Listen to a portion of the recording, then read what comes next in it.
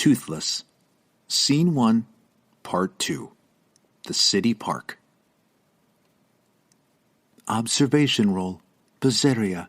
Dexterity. 2. Success. Bizarria did not see the path that Albrecht insisted they walk on, yet she moved forward in his direction. She was lost in thought over her current predicament and did not care to hear the old man's rambling. The sooner she could finish helping this creepy mortician, the sooner her debt would be paid, thereby allowing her to return to the circus she called home. The Magi came out of her own thoughts when she realized she was alone. Albrecht and the other gentlemen were no longer crowding her. In fact, they were nowhere near her. She was no longer on the old man's imagined trail, but at the edge of an open area in the park. Bizarria quickly scanned the dusky park to figure out where she was. A stone statue stood in the middle of this grassy field. She noticed one arm bent at the elbow, the forearm extended forward, and an empty palm facing upward. The Magi could not tell if the statue was in a position for giving or receiving something. She followed the direction the statue faced and saw her two traveling companions several meters away. But her gaze quickly turned back toward the stone figure in sudden realization of what else she saw. Two ghosts were hovering with their back to the statue. The first ghost was in front of the statue, and the second was at the statue's back. Both of the spirits looked identical. Their heads were down, long black hair fell in front and covered their faces. Bez focused on the apparition at the front of the statue. It hovered over the ground but remained motionless as if it was in a dormant state. Bizarria smirked as she thought the ghost looked deader than dead. She made a mental note that the developers might want to fix that detail before the program was released from the beta test. Bizarria looked back to the second spirit and cursed her luck. A man in a cowboy hat, spurs, and park security uniform had quickly marched past the second ghost and was headed in her direction. Bez groaned when she realized the security guard was not an apparition, and he was not happy to see her in the closed city park. Observation roll. Curly. Perception. 1. Fail. Ah, great. Curly muttered derisively. I failed my observation roll. Now everything looks normal. Well, I guess I better, how'd he put it? Get into character. Curly Patches, a security guard for the city park, took a moment to massage his thick, excellent mustache. This fine specimen of facial hair was a point of pride for the security guard, as it was not easy to maintain such a luscious mustache. Curly smiled with calming satisfaction as he curled the handlebar tips of his well-groomed upper lip jewelry. He decided that this would be the beginning of a good evening patrol through the park. The security guard enjoyed his strolls in the city park. Aside from the occasional troublemaker, the luscious green oasis was peaceful, blocking much of the outer city life. It felt like he had his own little garden forest that he was paid to walk through every evening. Oh, he was aware of the rumors circulating about strange and unnatural happenings in the park's evening shadows, but Curly never gave credence to such wild fantasies. Also, he was not required to walk the park after dark. He only needed to patrol at sundown and sunrise. The rest of the shift was typically spent in the guard station at the park's entrance, so there was no reason for him to mind the strange tales whispered to bent ears. The evening air was crisp and still, like fall was beginning to settle in. But Curly's mustache bristled with unease. The mustache never lied. Something was afoot in his park. Curly adjusted his 10-gallon hat and carefully massaged one half of his thick mustachio with forefinger and thumb. His other hand rested on the butt of his 6-shooter revolver. He had 2 of them, loaded and holstered at either hip. Slowly, deliberately, Curly walked past the park's bushes and along the trails, making sure his spurs jangled with each step. He was coming upon that odd monument-like statue that his mustache never agreed with. Although the monument was still unagreeable, tonight the mustache was more restless than usual. Then he saw what was wrong. A young woman dressed in bright red, white, gold, and black stood just beyond the statue. She looked like she'd just come from a circus, top hat and all. The park was closed, which meant this young woman wasn't supposed to be here. Curly quickly strode over to her, his spurs jangling loudly with every step. Their eyes locked. Curly could see that she knew she wasn't supposed to be here. "Little lady," Curly addressed the woman in a thick, practiced southern drawl, "this park closes at 6 o'clock. I'm a-gonna have to ask you to leave." Curly took a final step and placed himself squarely in front of the woman. Chest puffed up, hands on hips, feet shoulder-width apart. This was a power stance he'd often practiced in the guard station during his shift downtime. Curly knew the respect demanded from a power stance would eliminate any further argument and make the young woman comply. "Wait!" the young woman exclaimed. Curly was caught off guard by this young woman's sudden command. His guard was further lost when the young woman fanned out a deck of cards. "Pick a card," Bazaria said, smiling gently as she offered the 52-card fan. Bazaria, Distraction versus Curly, Perception. 4 versus 1. Bazaria succeeds. Curious, Curly drew a card, a Jack of Spades. Curly scrutinized the card, pondering if there was some meaning to the Jack of Spades. The security guard looked up to ask what he was supposed to do with the card, but the young woman was gone. Curly stood alone, baffled, with Jack of Spades still in hand. Albrecht remained hidden behind his bush. The apparition of Whispers in front of the statue remained motionless, its head still down and face hidden behind a curtain of black hair. Unable to further deduce the reason for the Whisper's presence, the mortician looked over his shoulder to speak, but quickly realized he was alone. His head promptly swiveled about, frantically attempting to ascertain where his co-workers could be. Across the way, he spied Franklin examining a solitary bush, in the direct line of sight from the Whisper. Eisenberger needed to warn Franklin of the ghostly sentinel. Albrecht, Intelligent Dodge, versus Whisper, Level 2. 5 versus 2. Albrecht succeeds. The mortician rapidly moved, hunched over and low, gauging the distance, wind, and noise-reducing grass. Albrecht was grateful to see the system message indicating the ghost did not have some type of detection skill, thereby forcing it to roll a 0 skill die. He quickly ducked behind the shrubbery that held Franklin's attention. Nasty yellow bugs infested the bush, crawling, chittering, and humming throughout the leaves and branches. Albrecht quickly shivered away his revulsion, then tried to get the medical examiner's attention. "Franklin!" Albrecht whispered loudly. Franklin was standing on the open side of the bush, utterly exposed to the specter. "Franklin!" The doctor looked up from his bush, acknowledging Albrecht's annoying persistence with a raised eyebrow. "Dr. Meadowlark, there is a spirit by the monument," the mortician cautioned slowly in a semi-hushed voice. "It doesn't look to be too aggressive, but it appears to be protecting the monument by itself. What have you found so far?" "I found these." Franklin smiled as he revealed a hand filled with nasty yellow crawling things. Reflexes kicked in, and the mortician plunged his hand into his toolkit, searching for the scalpel to defend himself against the wretched little beasts. Dr. Meadowlark was in the process of pulling a test tube out of his forensic kit, then paused. "Hang on a second. I gotta get into the zone." Albrecht's words had suddenly rang through to him.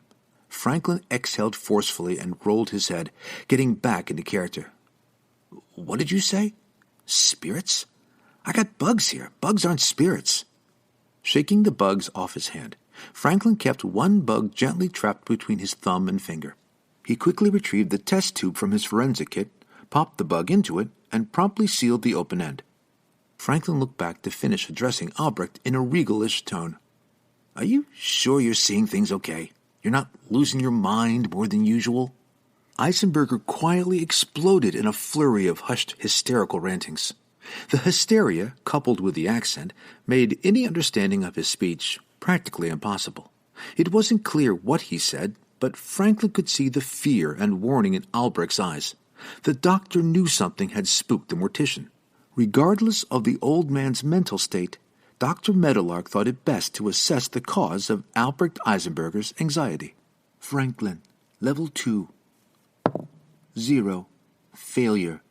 Normal DT.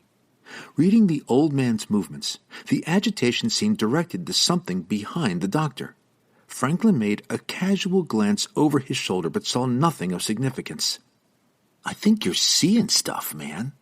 Franklin responded dismissively, then resumed his examination of the captured arthropod. Albrecht angrily grabbed a fistful of his gray hair while raising the other hand to the sky, but he restrained screaming out his frustration. Instead, he brought his hand down and clenched his face to control his emotions. Between the fingers of the mortician's clenched face, one quizzical eye popped open, considering the possibility that he could be seeing things.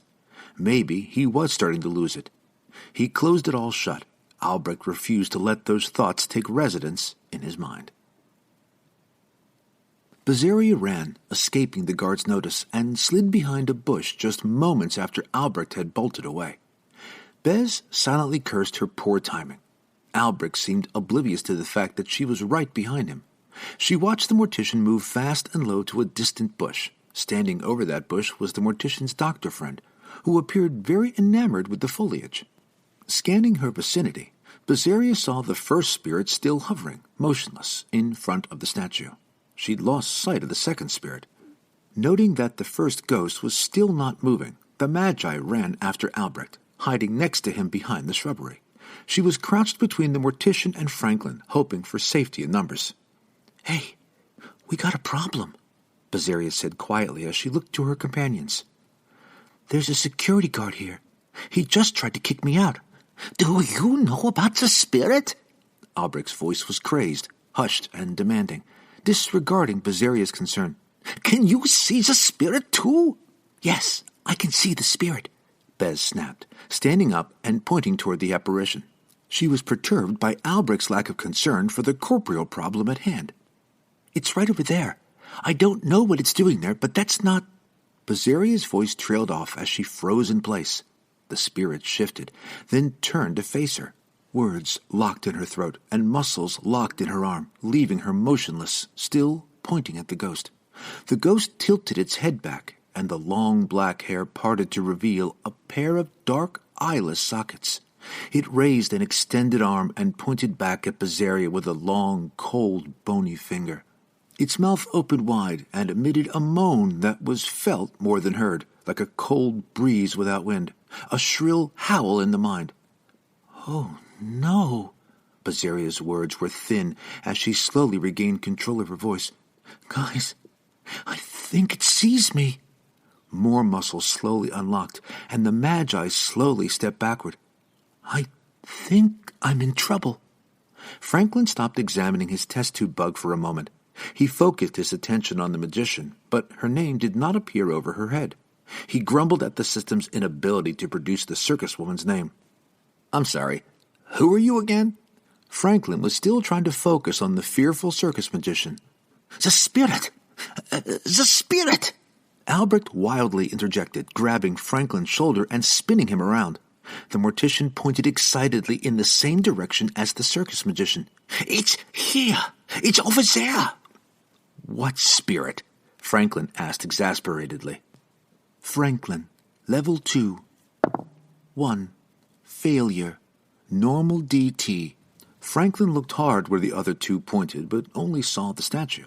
The statue was peculiar, almost unnatural, and as he stared, Franklin began to sense a coldness like a draft when someone cracks open a door, but there was no wind. The statue seemed to warp slightly as a silent wail swept across his mind, raking a chill across his back. Franklin shuddered impulsively, then looked down at the noise being made below him. It was the shiny yellow bugs in the bush. Their chittering and humming had intensified. Lifting the test tube to eye level, Franklin watched for a moment as his captive insect fluttered maddeningly, ramming against the glass walls of its new prison. The bugs, the statue, and his companions created a very ominous miasma that weighed on the doctor's senses. Franklin took in a deep breath, exhaled slowly, and closed his eyes. With closed eyes, Franklin focused on the options button. The options menu opened, and he stared at the log out button but did not focus on pushing it. He wasn't going to leave the adventure early. but knowing this part of the system was accessible brought some comfort. The options menu still had the default selections listed, so that was not why the magician's name did not appear over her head. Franklin assessed his hero sheet and quickly reviewed his stats. Name, Franklin Meadowlark. Moxie, 0, 0, 0. HD, 1. UP, 0. Hero level, 2. Defining traits, medical examiner, marathoner, latchkey kid, bearded, pity for a friend. Attributes, researcher, 2. Forensics, 3. Stamina, 4. Skills, rapid recall, researcher, D2. Precision cut, forensics, D2. Quick ID, forensics, D2. Outrun, stamina, D2. Sub-skills, mind palace, research or forensics, D2. Gear, forensic kit, straight razor, designer traveling clothes. Abilities, none. Franklin opened his eyes, then closed them again. He rubbed his eyes to clear up his vision before opening them again. Shaking off the creeping dread, Dr. Meadowlark walked behind Bazaria and Albrecht to see the statue from their vantage point and focused on the spot they pointed at. I still don't see anything. Albrecht lowered his head in frustration and groaned, holding his face again. I still don't see anything. Franklin continued while raising the test tube. But this bug is acting weird. It was already acting weird, but it just started acting really weird. Albrecht looked up sharply upon hearing Franklin's remark. Quickly, he snatched one of the nasty yellow bugs from the bush and ran toward the statue, leaving Franklin and the magician to stare at each other in confusion. Ah, Franklin suddenly exclaimed, your name is Bazaria. The circus magician shook her head. Bazaria, the Magi. Okay, he nodded. Your name didn't pop up earlier.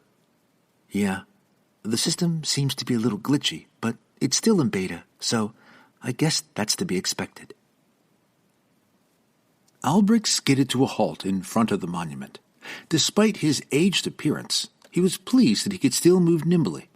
The mortician carefully pinned the bug on the pedestal with one finger and looked up. The awakened whisper did not move. It continued to point in Bazaria's direction. He had acted on a whim and hoped the bug was a key to interacting with the whisper.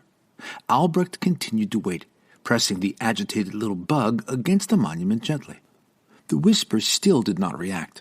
It remained fixated and motionless, hovering well above the mortician, with its extended arms still pointing at Bazaria. There was no acknowledgement of Albrecht's approach or that a bug was placed on the monument's pedestal. The mortician looked at the insect, then up again at the whisper.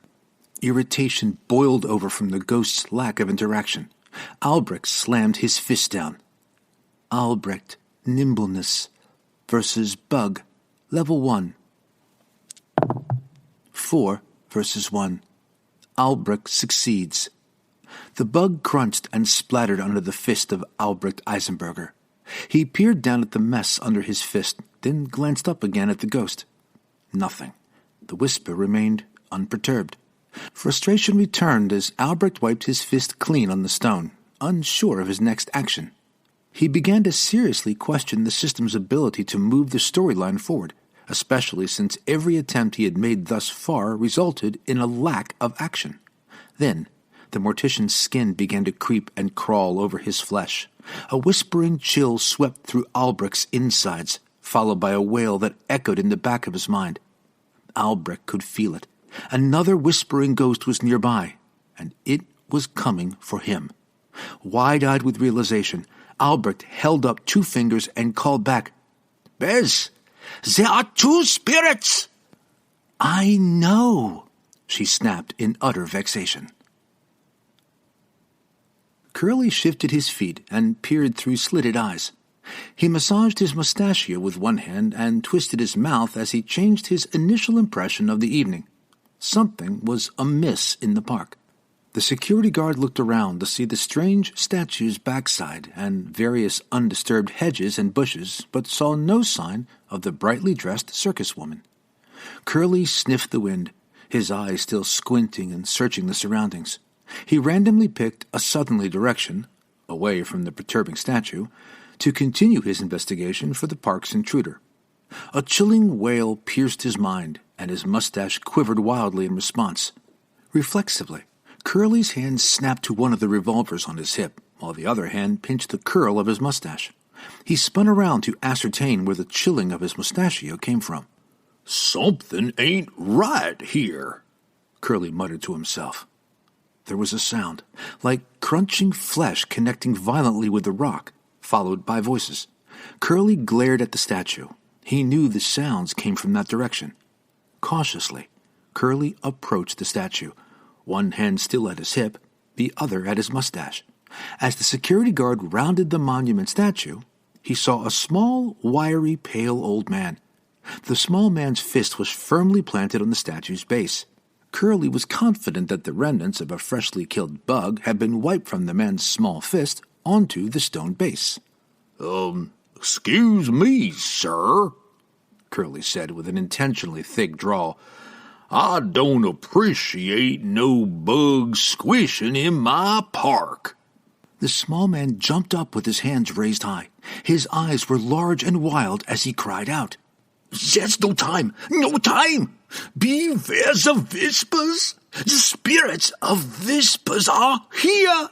Sir, please," Curly responded measuredly, releasing his mustache to hold his hand out as a gesture that would stop the man from moving closer. "Now, I'm going to have to ask you to leave the park." The wild little man froze, and Curly realized that the man's eyes did not hold madness. Rather, they were full of fear. Fear and terror directed towards something behind the security guard. Carefully, Curly looked over his shoulder to see what was behind him. Curly, perception. 1. Failure. Normal DT. Nothing was there. Pursed lips and angrily squinting eyes turned back to the old man. Curly squared up his power stance in front of the crazed little man and glared down. He did not appreciate being fooled once. He was not about to be fooled twice in one evening. "Sir, that trick has already worked on me once tonight. It is not going to work a second time." Curly pivoted his stance and pointed. "Now, I'm going to have to walk you to the exit." Whisper, ethereal form versus Curly, level 2. 4 versus 2. Whisper succeeds. What happened next was unlike anything Curly had experienced before in his life. An icy waterfall rushed through his soul, causing it to crash and swirl in a freezing torrent that his physical form could neither see nor feel. The frigid waterfall left as quickly as it came, leaving Curly wide-eyed and unsteady. He blinked several times as he waved his arms and tried to stop swaying, wholly confused over what just happened. The old little man watched in horror as the second whisper drifted through the park's security guard, clearly jarring the guard and causing him to be off balance. The ghost stopped between the guard and the mortician. It leaned down slightly, eyeless sockets of black gazing upon Albrecht. Cold, death-tendrilled fingers attempted to reach out and grasp Albrecht. The mortician reacted without thought. Whisper, siphon, versus Albrecht, intelligent dodge. 2 versus 5. Albrecht succeeds. Albrecht ran. In an instant, the whisper was suddenly upon her. Bizarria stood, gripped again with fear and shock at the ghost before her. Up close, the Magi could see the intricate details of aged death carved into the ghoul's face. 2 dark, cavernous eyes swirled with a bottomless blackness, and its stretched maw opened to a void, like a dark monster without form attempting to devour its prey. Long, gnarled fingers of ice and death stretched for the magician's face. Whisper, siphon, versus Bizarria, dexterity. 4 versus 4. Bizarria succeeds. Bizarria's fear broke, allowing her to quickly duck and roll away, narrowly escaping the specter's icy clutches. The Magi swiftly ran away from the ethereal danger. Franklin saw Bizarria seemingly clutched with fear. It was further unsettling to watch the magician duck low and roll, then run away. Franklin felt an impulse to run with the magician, but he did not know what she was running from. There was a faint sound of glass tapping. It was from the doctor's hand. Looking at the test tube in his hand, Franklin saw the yellow bug viciously ramming itself against its glass confinement. The ever-increasing agitation of the shrubbery bugs created a blanket of humming that dulled the auditory senses and threatened to smother the mind. Franklin looked at the bush and saw it move and shift sinuously, as if it had taken on a new life with its overwhelming infestation of yellow iridescence. Looking away, the doctor shook his head clear and quickly attempted to diagnose his situation. It seemed to him that if a bug were trying to escape something, it would take the shortest, fastest path of escape. Therefore, if the bug were to be let loose in the direction where the magician once stood, then it would divert its course to avoid the unseen danger. However, if nothing was there, the bug would fly in a straight line. The bug flying in a straight line would also likely mean that Albrecht and the magician were suffering from a mental break. The doctor could only hope. A better option was not coming to mind, and time felt compressed. Dr. Meadowlark pointed the test tube in the direction where Bizarria once stood and released the bug. The bug shot out of the test tube with incredible speed. To his consternation, it suddenly took a hard right as if to avoid an invisible obstacle. Franklin remained where he was and focused on the point where the bug diverted its course. As he concentrated, he realized that he hadn't used any skills or attributes, and quickly added to his focus the first skill that came to his mind. Franklin. Quick ID. +1 modifier. 3. Success. Normal DT. Nothing was there, yet there was something. It was in the corner of his vision. He looked again. Were his eyes playing tricks? It was just on the periphery. Then it came into focus, and Franklin could see the Magi's reason for running. A long and slender apparition floated. Its arm was outstretched, and wispy mists of death whispered about while small remnants of the ghost's existence fluttered in an unfelt wind. Its black pit for a mouth was open far beyond any natural capacities. Dr. Meadowlark had never seen a ghost before. He wasn't even sure if such imaginings existed before this moment. Whatever the case, it did not matter. There was only one thought, one survival impulse that overpowered all others. Franklin ran. The marathoner flew across the grass with the speed of a sprinter, passing the magician in her escape. It sounded like she yelled at him, but Franklin was too consumed with self-preservation to check. The doctor ran for a distant bush, sliding low and hugging the ground behind it. Remaining prone, Franklin took several deep breaths, employing mental techniques to abate the panic that originated from seeing death in its spirit form. After one long exhale, the doctor carefully peered over his bush to see if the ghost had followed. Bizarria jumped into the bush, nearly colliding into Franklin. The ghost had followed closely behind her and continued to move steadily toward their leafy cover. The doctor shook his head, confident the magician would continue to lead the spirit straight to him. He got up and ran again, this time running farther than before. He ducked behind a squarish bush that hummed with more of the shiny yellow bugs he'd found earlier. Peering around the bush, several yards away, the medical examiner spied Albrecht, crouched with his back pressed hard against the statue's stone base. Panic consumed the small man's frantic eyes. Franklin finally understood why. The doctor waved and caught the mortician's attention. "I see it now," Franklin whispered loudly. Only the top of his head could be seen from behind the bush. Albrecht responded with various noises, accompanied by animated hands and arm movements that could be roughly interpreted as excitement and gratitude. Gratitude for another person seeing the ghosts, caution to stay away from the spirits, and excitement for finding something. At least, that's the best guess Franklin had. The mortician was too far away, and his voice was too low for Franklin to understand precisely what was being communicated.